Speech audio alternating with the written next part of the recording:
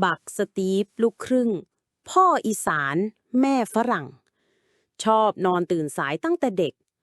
แม่ต้องปลุกเขาตื่นไปโรงเรียนทุกวันในเวลา6 โมงเช้าสตีฟเวกอัพเด้อ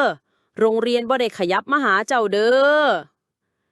วันเวลาผ่านไปบักสตีฟอายุ30แล้วก็ยังตื่นสายทุกวันจนเช้านี้6 โมงตรงเขาตื่นขึ้นมาเองตาเบิกโพลงหัวใจเต้นแรงแม่วิ่งลงบันได3 ขั้นรวดถึงโซฟาเงียบแม่ไปใส่หาบ่เจอบักสตีฟน้ำตาแตกทันทีแม่ตายแล้วนะแน่บักสตีฟนั่งร้องไห้มองรูปแม่ด้วยความเศร้าอยู่บนโซฟาทันใดนั้นแม่เปิดประตูกลับจากซุปเปอร์มาร์เก็ตถือของพรุงพรังบักสตีฟมึงห้องไห้เฮ็ดหยัง